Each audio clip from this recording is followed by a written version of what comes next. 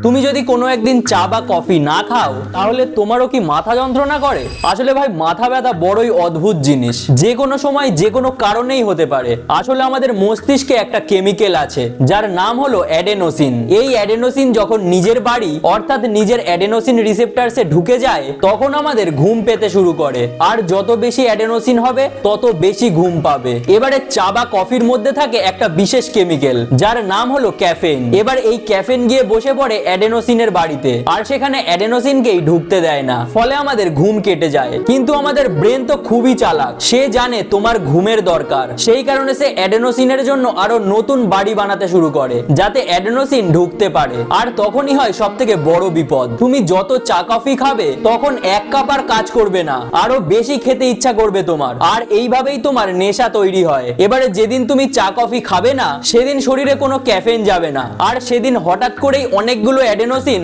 একসাথে নিজের বাড়িতে ঢুকে পড়বে, আর তখনই তোমার মাথা ঘোরা, মাথা ব্যথা, এমনকি প্রচন্ড ঘুম পেতে শুরু করবে। ভিডিওটা ভালো লাগলে লাইক করে সাবস্ক্রাইব করে দিও।